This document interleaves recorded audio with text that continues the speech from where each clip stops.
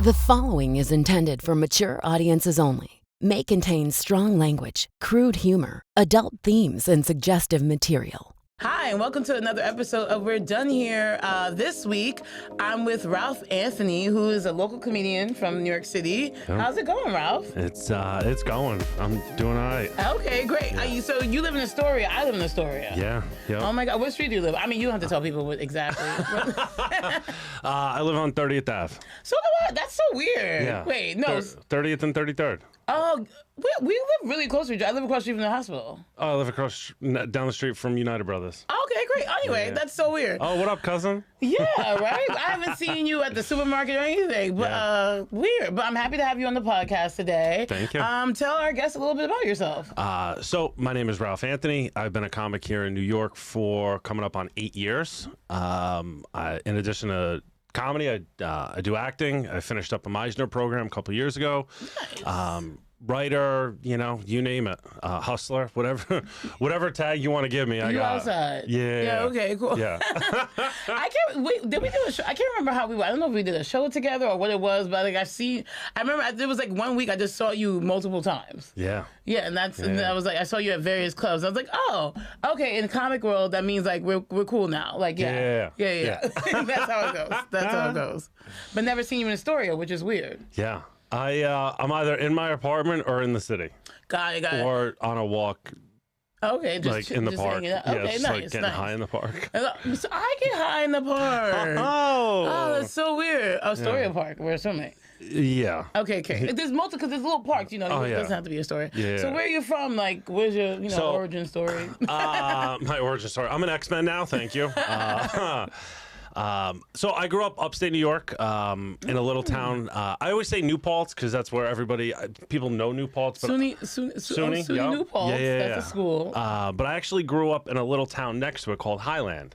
Oh, never heard very of that. Small. Yeah. Yeah, no one's ever. Shocker. Yeah. But I grew up upstate, and so that's where I'm from. I left after high school. I graduated, went up to Albany. Was up in Albany for about 12 years. And did you do the scene up there? A lot of comics, if they're from upstate, they do the whole Funny Bone thing up there. I actually just had my first show at the Funny Bone. Wow. I literally just got into the Albany Funny Bone. Nice. I'm trying. Well, next year is a goal of mine, but whatever. It was. I don't know. Dude, it was fucking wild. Is it? Yo, let me tell you. Saturday night, so I hosted 2 shows for Eric D'Alessandro and Vic DiBitetto. Nice. And, they packed out. That first show was sold out. Nice. So, 300, 350 people that's a lot of hosting. People. Yeah. That shit was just electric. Nice. Congrats. Yeah, thank you. So I did get started in Albany many years ago. But the scene wasn't like anything like it is now. Okay. So there was 1 show / mic a week. Got it. And it was okay. It was fun. You got your feet wet. Okay. But I knew after the first time I did it, I was like, I'm not going to be able to stay here. You can't say it all. Okay, No. so you came down to New York. Yep. So I moved down here in 2012 to do stand-up. But then, new city, new job. Yeah. Trying to do stand-up. I was always broke. I didn't even have enough money for fucking train fare. No, I got it. Yeah. Sometimes to be broke like that. Yeah. And I worked full time. I was like, how do I work full time and I'm still broke as shit? What did you do? So I was working at this place called WB Mason. I sold office supplies. Okay. Wait, WB Mason. Yeah. Yeah. Who but? That's what they say. Oh God. Yeah, I know WB Mason. But you were still even with It was the trife life. So it was bad. So comedy kind of was on pause and unpaused for, I would say probably 2.5 years.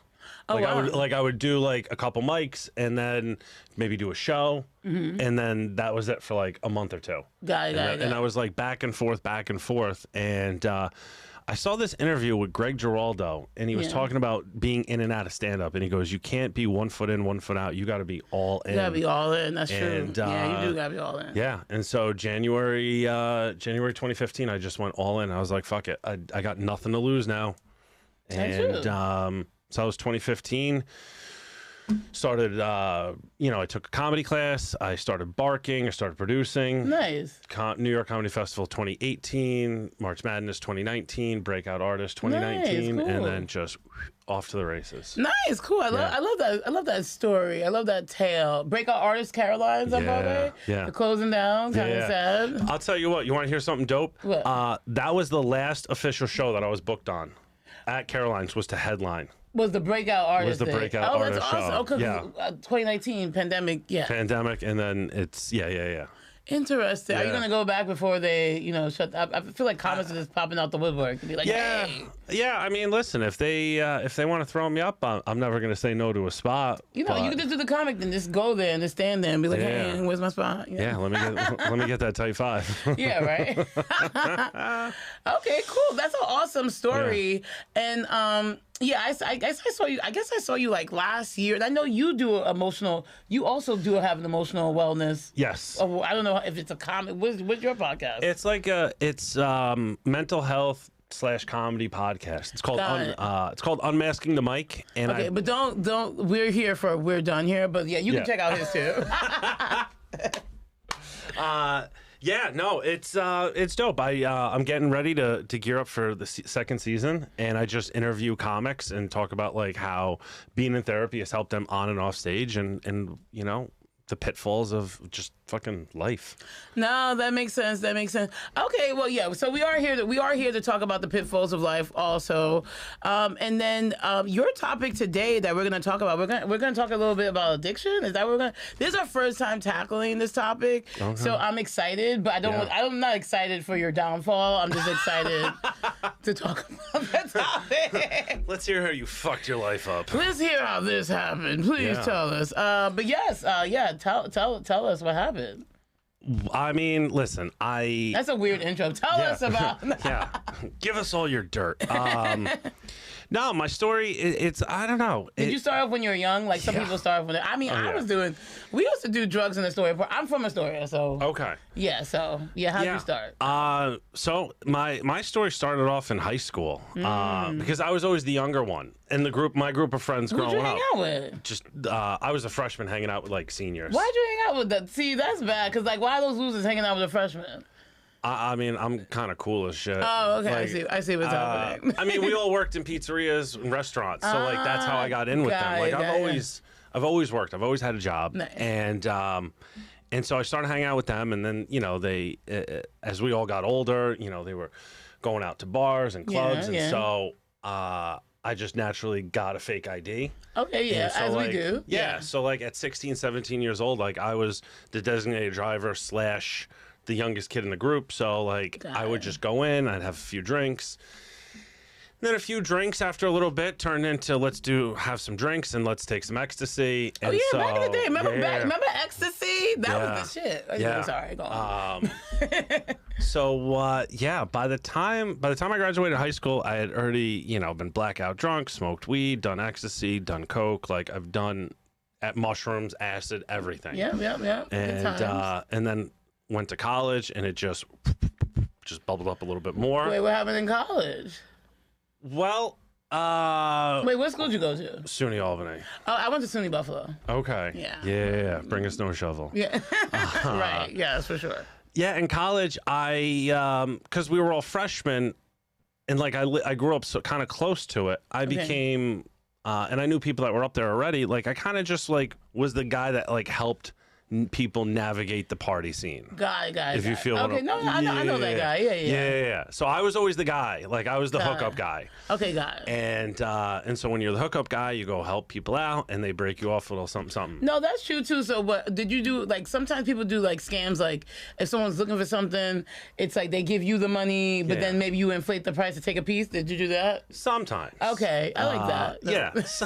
I mean, we all got to eat. Right. Yeah. And it is. I was providing a service. And you were. I mean, I'm a fucking man of the people. Exactly. A finder's fee. So I just had started doing that a little bit more, and then kind of just had that nice little reputation. Mm-hmm. Then I failed out of college. You failed out. Yep. And, what year? End of my junior year. Okay. No, I'm sorry. And a senior year. I was like on a 5-year plan. How'd you get? So you got that far? You know, at the end, come on. Yeah. Well, because I was a hustler, and like I had done very well helping people navigate the party scene. So I took some of the money that I had saved. Got it. And then I started my own company. I used to do contracting. Nice, and cool. So like I would do like landscaping, roofing, and painting. Okay, well, just you almost finished, and you're like, fuck it. They were like, fuck it. Okay. They were like, you can't come back here anymore. Okay, got it. That makes sense. Okay, because I was such a fuck up in the beginning. Like, I lost all my scholarships, and then I finally just got my shit together, and then I just saw how good that money was, and like, I didn't grow up with a lot, so, you know, you see those dollar bills flowing in. You're like, I totally get it. This is where it's at. Yeah, that's true. So, so then I just fucking just kept partying. Like, I lived in the college ghetto, and like just what's the college ghetto? The college ghetto is just where they put all the broke college kids. Like, I mean, they're like frat houses, sorority houses, and college kids. So what were you partying? You were doing cocaine still doing the ecstasy? I was doing everything. Okay, doing all the things. Okay. Yeah. The only thing I never did was heroin or crack. Okay. Yeah. Okay. Yeah. You did dust, angel dust. We talked about dust. We talked about dust this season on the podcast. Right. You want to hear a great angel dust story? Yes, I love. Boy, angel dust story. So my friends and I, we grew mushrooms. Oh. One summer. Nice. And at the end of the summer, we were left with like a half an ounce. It was 4 of us. And my buddy Bobby, his grandmother, got him for his birthday tickets to see the Red Hot Chili Peppers. That's nice. So this was up at when it was still called the Pepsi Arena. And we decided we were each going to eat an eighth of mushrooms. Nice. And by the time they kicked in, we were going to be at the concert. So we did that. And so we get into the arena. The concert's like, they're getting set up, stage and everything. And we're fucking high as balls already. We meet this fucking biker gang. I swear to, it's like. A biker gang? There was yeah. Interesting. Yeah, man of the people. It's a gift and a curse. So we're rolling up our joints. They got blunts. They got joints. Everybody's smoking. We're all passing everything around, and all of a sudden we're smoking, and we're like, this tastes different. Oh God! And my buddy Bobby goes, oh yeah, no, it's not good weed. And the biker goes, no, that's dust. He just gave you guys dust, and you were already on shrooms. Oh yeah, yeah, that's a lot. Let me tell you, it was one of the greatest concerts I've ever seen in my life. How did you maintain? I would have been fucked up. Yo, we were fucked up. I mean, that's a lot. Okay. Yeah. Interesting. Yeah. Like everybody, it's so funny because everybody like sees this image that I have now. Yeah. And like people would never assume like that I was such a you were fucking smoking animal. dust with these bikers, and you already had the shrooms. Okay, so that's what you're doing the college ghetto thing. Then when did things? Because it sounds like it's still fun and games, like you're having a good time. When did things like get out of control? Like what happened? Probably around like 24, I would say. 2004. I was 24. So when you were 24, okay. This was like around 2005. Okay, got it. I think just like the partying. It was just a nonstop party. Okay. You were still in that college town, though. I was still in that college town. Okay. I was still in that college area, that college mindset. And, like, I was still, maneuvering, helping people out. Yeah. And the party just never stopped. Like, it was from the time I woke up to the time I went to bed. And I say going to bed, more or less just, like, fucking passed out. Like you just pass out, wake up, pass out, wake up. Like so you're 24. Are you still? So you're still hanging out with your college friends? Yeah. But you're technically not in college. Nah. So you're that guy. We were all in our early to mid 20s. Okay, so it wasn't like it wasn't like you're 24, 25, 26 hanging out with like 18-year-olds. Okay, like no, we were all like I was trying to be like he's that guy, the town man. No shit. Yeah, no, anyway. definitely not. We were our own. We were our own little land of misfit toys. Got it. Yeah. Okay, so the party never ended, but what was it? What type of? So now at that point, we were just full blown like drinking and just doing coke all the time. That's because that's the thing. The party drugs are fun, right? The ecstasy is a good time. Yeah. You're not gonna OD on ecstasy. It's when you keep on. Oh, you can. Yeah. It's when you keep on drinking and then you just keep on doing the coke. Yeah. Yeah, I have a theory that like most cokeheads are just alcoholics masking their alcoholism. Yeah. Was that like how? I mean, yeah, I think the two go hand in. The two definitely don't go hand in hand, but they do when you're doing them together. That is true. Yes, that's true. Because it got to a point where I was like, I couldn't do blow unless I had a drink. Because like there were points in time where like, oh my god, dude, I would like wake up, shower, clean up, get ready, blow 2 lines, go get a Dunkin' Donuts iced coffee, come back, smoke a blunt, and then just like go kick it. How'd you eat with the Dunkin' with the iced coffee? Like I don't even know how you do that. You know, I don't know either. Oh, that's crazy. Okay. Yeah, but that's how my life was for months and years on end. Years on end. Yeah, like I didn't stop. I didn't start to get clean till I was 28.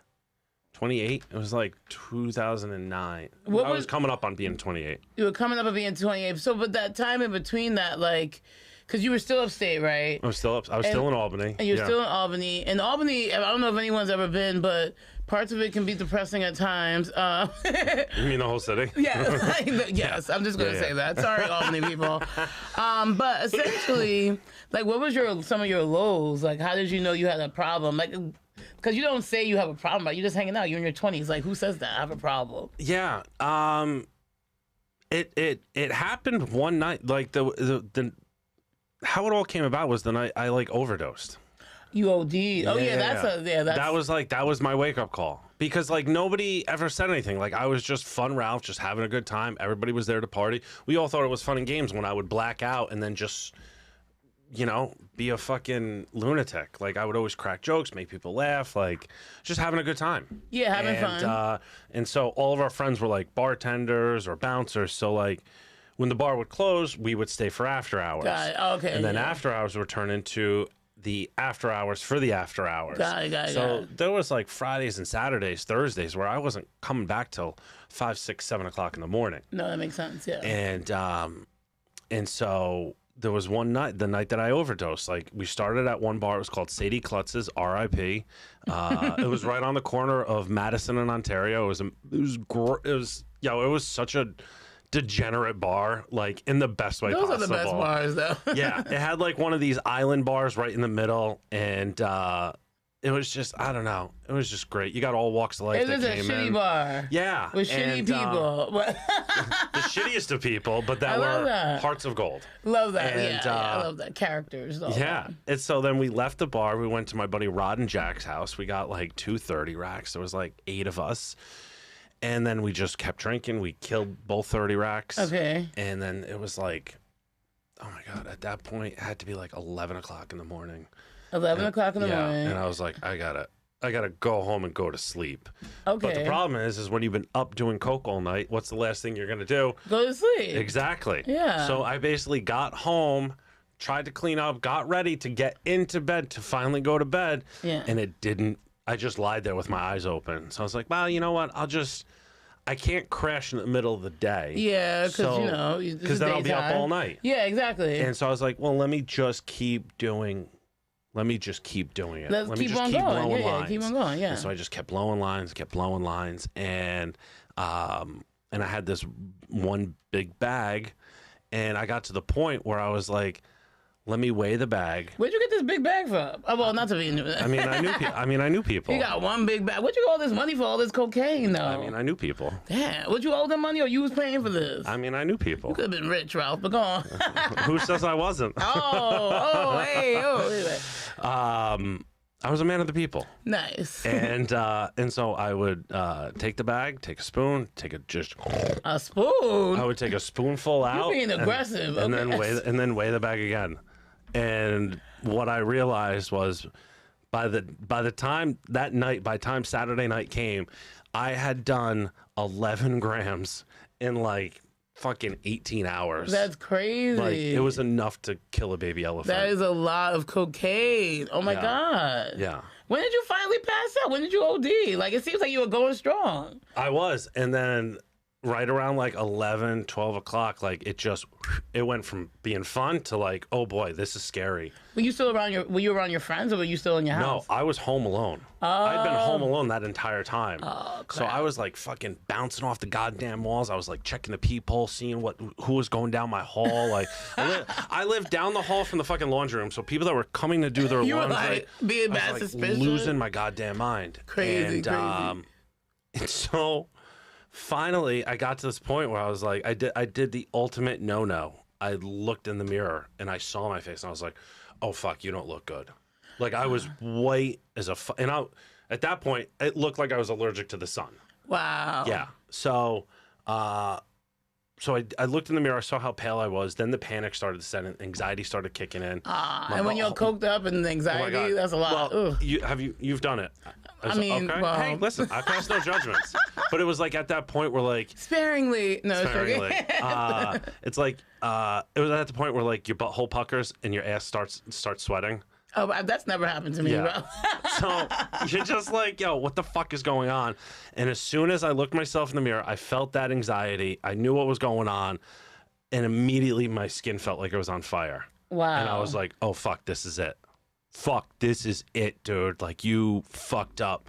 And at that point, I knew I couldn't even call 911. I couldn't call an ambulance. Because if I call an ambulance and they come and they know that I'm on drugs, they call the cops automatically. Do they do that? Is that like a thing? Listen, up there, they play by a different set of rules. Yeah, I don't know. Albany's crazy. I don't know what the fuck they do up there. So I just like, I fucking stripped down and I just got in the shower, turned on ice cold water, and I felt like I was burning up. It felt like I had the fucking flu. Like, I was burning up. My skin felt tingly. It felt like I was on fire. And I just started bawling my eyes out because I was like, oh, fuck, I'm going to die in this goddamn shower. Wow, that is horrible. Yeah. And so I was finally like, was able to calm myself down, cool off. I got into bed and yo, I closed my eyes and all I saw was like a white light. Like it scared the shit out of me. And so I grabbed my rosary beads that were on my lamp and I just grabbed them in my hand and like I said this little prayer and I was like, listen, big guy, I know that you know that I don't really believe in you. However, if you're fucking real, I need some help. Like I need something. Please. Lord in the sky, help me. And, please, anyone, throw me a fucking life raft. Yeah. Throw me an inflatable straw. Like something. Don't let me sink. And sure enough, I ended up just passing out. And I woke up the next day and I was like, never again. I'm never gonna get that bad ever again. Oh wow, that's crazy. Okay, so that's a bender. So you said never again. So did it happen again or? Yeah. Well, because when you're an addict. Because that was your first overdose. Okay, got you. And how was that? Was that close to the time that you quit, or that was just a low point? That was right around. It was like getting close to the time where I was, because I overdosed again the second time, like a couple months later. Oh wow! So you were still okay. Yeah. So I was like, I'll never. And then did you pray again that time? Oh yeah. Yeah. And then Jesus helped you again. And you still don't believe him? Heathen? Yeah. No, I was joking. Yeah. I'll tell you what. Well, it's very funny. I got them. I got these tattooed. These are my beads. Oh wow, those are the rosary beads? Yeah. Oh, that's cool. I mean, I feel like that's very religious of you to have the rosary beads over there. For sure. Okay, interesting. Cool. That's really cool. Really cool. Thank you. So, all right. So you did OD the second time. Yep. So just because you're ODing doesn't mean you get clean. Like, you know what I mean? Like, how does that happen? I was like, I can't. I lived alone. So I was like, God forbid, if something fucking happens, like, no one's gonna find me for days. Yeah, that's true. Like, all my friends would have just been like, oh, Ralph's just like, you know, off, whatever, trying to like do his thing, get clean. I don't know, whatever the fuck. Nobody would have found out for like 2 or 3 days. No, that makes sense. Yeah, and you could have been like alone in your fucking house, like had a secret or something shit. So it's so funny because we joke around. I was joking around about, you know, Jesus and God, and it just so happened that that was like a Sunday. By the time I came out of it, it was Sunday, and I started off at SUNY Albany. I ended up finishing up college at St. Rose, College of St. Rose. Okay. Catholic school. Yeah. So I lived 2 blocks from campus. Okay. And I knew they had a church. Okay. And it just so happened that Wednesday was Ash Wednesday. And so I was like, I'm going to the services. Okay. And I had made up my mind. I was like, well, people talk about finding Jesus, going to church, and like getting clean, like the whole 12-step thing. Yeah. And so that's what I did. Did you turn to Jesus? I did. That's right. So you Christian now, or Catholic, whatever they call them? No, I'm just a believer. Did you 12-step it out? I did my own shit. Wait, why is everybody always doing their own version? Because I wasn't like one of those people that I didn't wrong anybody. I didn't fuck anybody else's life up. Like, you were just having a good time. I was just having a good time that got caught up. I got caught up in the fucking cyclone.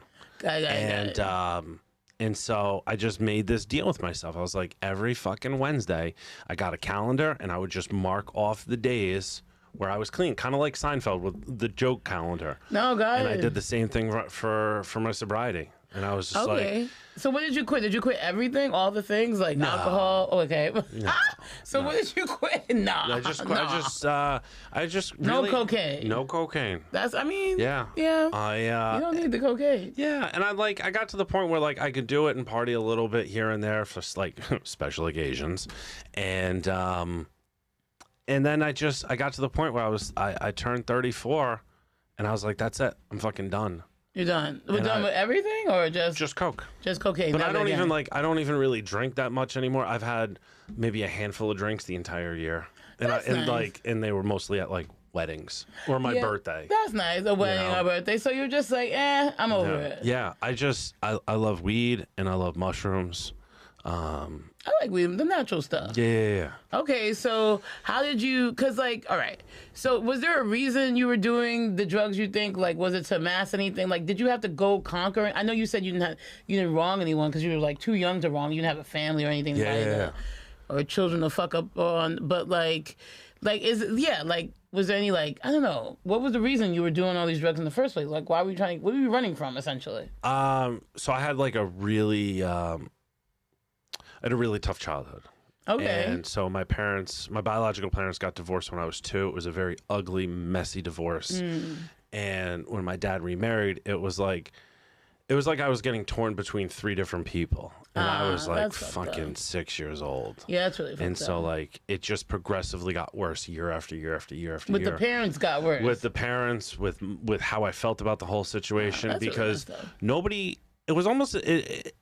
Looking back on it now, like I've been in therapy for like 5 years, and I talked all about my childhood and all my trauma and the abuse that I went through, and like nobody ever gave a fuck. Parents don't give a fuck about what their kids are going through. It's when parents are getting divorced, all they care about is themselves. Yeah, winning essentially. Yeah, they want to win the fight, but they end up losing the war, and the war is with the fucking kid. They lose their kids. That's true. That is very true. So it was very telling, and I came to a lot of these conclusions on myself, like. Because I do so much work on myself. Like therapy once a week, I meditate twice a day, I journal twice a day. Like I'm constantly in touch with that shit. I wish I journal. Damn it, I can't. It's amazing. So it's very powerful. No, it is. I used to do it all the time, but then. But anyway, go on. Sorry, this is about you. Yeah. So at 13 years old, I had this huge blowout fight with my biological mom, and I said, "You got to call my dad. I don't want to be here." And she was like, okay. Called my dad. She called my dad. My dad picked me up, and she said, all right, I'll see you in a couple weeks. I was like, I ain't coming back. And that was the last time that I saw her. Wow. So you like kind of like, Mom, you're done. Like I can't even. Yeah. Walked away at 13 years old. Wow. And so right around 13, 14 was when I started smoking weed, and like it wasn't even like a couple of hits here and there. Like I would get so fucking stoned. I would get so funked up as like a teenager that I would just come back in my parents' house and I would just pass right out like on the floor. And I would be so fucked up. And no one say anything? They would just walk around me. That's crazy because my mom be like, what's wrong with you, baby? Yeah. You needed a black mom. That was the problem. Yeah. You wouldn't have got away with anything. Anyway, sorry. Yeah, it's fine. You know, but it's so funny because like growing up, I tell stories about how my parents were when I was a child, and everybody thinks that I actually had black parents. Really? Because they were so tough. But they got to the point where it was like, you're not going to save me. Like, I'm already on this path. Sense. Like, they're not going to save you. Yeah, you're already on this like crazy, like, whatever you were trying to do kind of thing. You got to live through it yourself. Yeah. Well, at least you're not, like, honestly, like, I feel, like, bad for, like, the people nowadays because I feel like everyone does, like, I don't know what happened to the cokeheads. If everyone's doing heroin now. Yeah, or, like, everyone has, like, the fentanyl and the cocaine. No. Or whatever. I don't know what it's called. But basically, you could OD'd on some fucked up cocaine, which now people are taking a little bit of bumps and dying. It's not even worth it anymore. Yeah, no. I'm so glad that my crazy days, my party years were encapsulated like pre-fentanyl, pre-smartphones. Pre-fentanyl, pre-smartphones, yes. Yeah. Like, these kids, they don't even understand. Like, y'all don't get it. Like, yo, you think you're hard? Yo, you're shit a suspect. Yeah, it was crazy shit back in the day. I totally remember all of it. So it's interesting how you were able to because you kind of tracked it back to your childhood. That means he's done a lot of therapy in order to track it back to, like, you saying no to your mom and all that. Yeah. But you talked about some stuff. You talked about journaling. You talked about meditation. Like, how did you find that to the 12th step? Or, like, how did you know that's what you have to do to be happy? I didn't. It just kind of came about. So, like, you know, it's very funny how certain things happen. Like, I got a homegirl. Her name is Robin, and she put me on to meditating about a month before I was gonna headline Caroline's. Okay. Like, I was just so fucking nervous. Like, I had never done an hour before. And like, you know, like when you're on the come up in New York, it's like you're not getting 10, 15, 20-minute spots. So, like, that's true. I'd have to drive an hour and a half to get 15 minutes. No, that's true. Yeah, New York is the worst. Yeah. So, so like that headline, that first hour I ever did at Caroline's, I built it by doing 5, 6 minutes, 7-minute spots. No, that's how we all do. Yeah, that's how we all build our hour, which is crazy. Yeah. And so, like, I was really stressed out. My anxiety was, like, at a fucking all-time high. And I didn't even know what anxiety was at that point. Okay. It was before TikTok taught you. It was before therapy. Okay, before which is more, But, like, so she was like, have you ever done meditation? And I was, nah, I've never, you know, I don't know what the fuck that is. Okay, yeah. And so she was like, hey, here's my login, do this. And it was Oprah and Deepak Chopra. They had a 21-day that's right. meditation guide. Oh, my God. And so I started it, and it was fucking tough, but, like, it just... I enjoyed it, and I built it into my routine. Like, you gotta, if you want to be successful and you want to have a happy and fulfilling life, like, you gotta have fucking routines. Like, you just can't fly by the seat of your pants. So, like, unfortunately, no. So, like, now I built it in where it's like I get up, I clean up, I meditate, I journal every single day. Boom, boom. 3 things right off the rip. And by the time I've been up for an hour, I've already done, you know, 2 very important things in my life. Important things for your day. Yeah, that's really good. Yeah. That's good. You know what's so funny about Oprah? In a sense, like, I feel like without Oprah, I would not be involved in, like, emotional wellness or whatever. Yeah. The whole thing. Because I started off with her recommended self-help books myself. Okay. Yeah. So, yeah, Oprah. Shout out to Oprah for growing a generation of pussies. No, it's joking. Like, you punk ass bitch. Yeah, but, like, thank you, Oprah, for all that shit. That's crazy. So that's crazy. That's good. So, like, do you like yoga too, or just the meditation? No, I used to. You used to yoga? Yeah. Okay, cool. Yeah, I'm all about that. I'm all about that life. Okay, so like, and you got these. Was that some Buddhist shit, or like, what does this mean? Yeah. So so these 2 beads I got from it's so funny because I go back to the Caroline show. Yeah. I was like going through like a stretch of like just a lot of self-doubt. I was in my head all day, every day. And I was like, I got to go to the fucking gym. I got to go work out. I got to clear my head. And on the way to the gym, there was this monk. And there's not even a fucking monastery in Astoria. No. I'm walking down 30th Ave, and it was like the crowd cleared, and there was this monk, and he saw me, and like 30th Avenue in Astoria, Queens? Yeah. Yo. That's weird. He just appeared, and then he disappeared. He gave me the beads. Wow. He said a prayer and disappeared. That's crazy that you're saying that. Yep. Yeah. That's really weird. So I got these beads, and then I just picked these up. What is that about? I picked these up for like, it's like deals with like emotional grounding. Okay, cool. Clearing like mental blockage. I need some fucking beads, it seems. I don't know. I ain't got anything. I have nothing on my wrist. It's very, I'll tell you what, it's very strange. I didn't realize a lot of this about myself until I got older over the last like maybe year or two, I'm very much like an empath. Like I pick up on like a lot of energy. Oh, that makes sense. Wait, what sign are you? A Sagittarius. Oh, that's weird. You people aren't like that. Anyway, go on. Sorry. I'm a Cancer, so I feel like I'm emotionally tied to folks, but go on. Yeah. I know that I'm a fire sign. And anytime before I got into that, whenever girls would ask me when my birthday was, I would tell them and they'd be like, oh, that makes perfect sense. Yeah, that makes sense. So, you know, whatever. But like even going into these shops, like crystal shops, like I got crystals, I got stones, I got beads, like I can hold stuff in my hand and I could feel like the fucking energy. I can feel like from the stones. Like I get there's a shop, I forget the name of it. It's in New Paltz. That's where I got these from. It's right on Main Street. And I walked in there and like I felt heavy. Like I picked up on literally all the energy from the whole fucking store. That's so interesting because usually, like, that is interesting that you say that.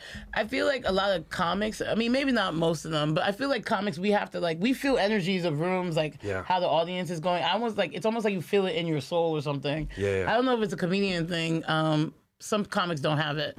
But I feel like, like, energy is important to our profession. Yeah, like I could pick up on it, like, mentally, but, like, when I go into these stores or these shops, like I could feel it emotionally, like I feel it physically, like right here. It's fucking wild.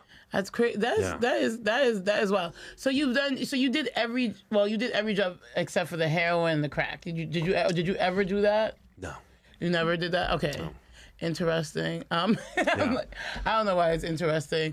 But drugs are fun. Drug culture's fun. I mean, drugs are super. I feel like I don't know, these kids, all they're doing is pills nowadays. I'm like, fuck that. Back in the day, that was the real drugs. That was a good time, okay? Fuck these pills. Back in the day, I know this dude who shall remain nameless, but he hooked me up several times with like fucking black tar opium.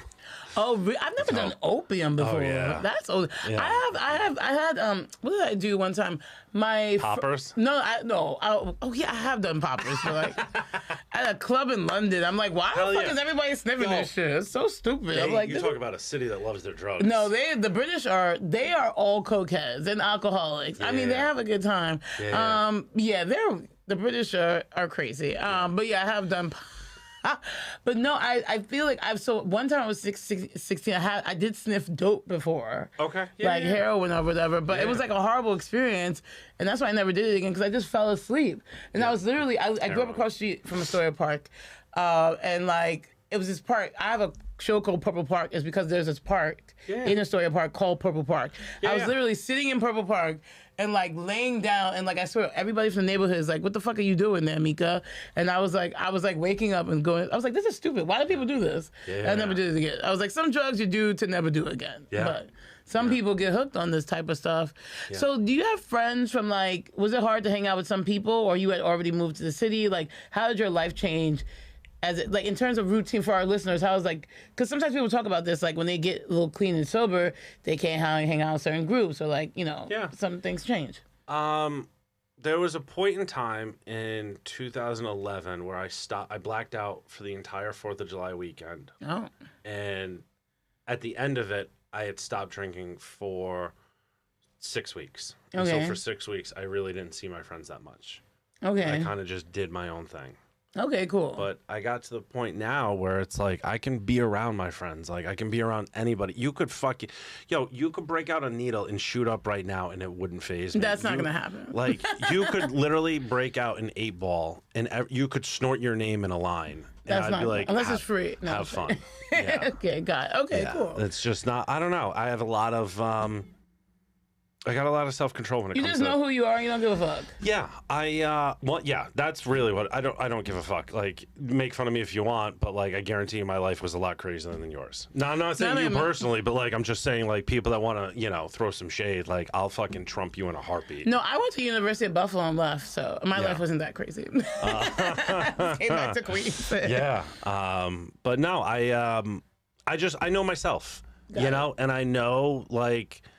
I'm the same way with coke as I am with cigarettes. Like, yeah, sure. Could I do it one time? Could I take one drag or one little sniff? Yeah, I probably could. But I don't want to go down that road because, one, it would wipe away all the progress and all the success I've had so far. It's not worth it. And two, It's not just gonna be one. Like I do this thing about drinking. Where it's like drinking to me used to be like eating Pringles. Yeah. Like you ever pop the top and have one fucking Pringle? No, especially not those sour cream ones. Not at all. No, we're gonna drink the whole bottle and we're gonna get fucking wild. No, that makes sense. I got you on that. No, most definitely. Everyone has. For me, honestly, my kryptonite is the Pringles. I'm not like a person that keeps on drinking or does a lot of coke. But yeah, I need to stay away from the damn Pringles. Damn it. But thank you so much for sharing that, Ralph. Sure. Thank you for having me. This is our first time dealing with the topic of addiction. I hope our listeners enjoyed it. I enjoyed it. That's why I asked you so many questions. Yeah. But now we're done with that. We're done with cocaine. Screw you, cocaine. I guess let's talk about what we're not done here with. So every week we talk about what we're not done here with. I always say what we're not done here with, which makes no fucking sense. Yeah. But what I'm not done with is I was watching this documentary on HBO, and it was about Shaquille O'Neal. It's called Shaq. Yep. And here's the thing. I remember Shaq growing up. I don't watch sports. I don't care. My dad's African. Like, he watches soccer, football, whatever we call it. So I didn't grow up in like this basketball house. My Uncle Chubby was really into the Knicks, and like he tried to get me into it one summer. Whatever. I didn't care. So watching this documentary about Shaq and the Lakers, how he won all these games, and like Shaq growing up, and like, I don't know. It's just a great documentary. I say everyone watch it. Like, Shaq, like, his dad was like this surgeon, but he had a biological father, but his biological father was kind of like a bum, you know what I mean? Yep. But you probably know all this. And like, I'm probably like the girl, like, oh my God, did you know about Shaq? I didn't know shit. But I was like, oh my God, he had a really great, like, he had like this upbringing that prepared him for the NBA. And like, he did, I remember him rapping, I remember him being in movies. But it was just reliving. I was like, Shaq is really important to pop culture. But maybe I just discovered it this week. Whatever. Screw everyone. Yeah. It was really important to me.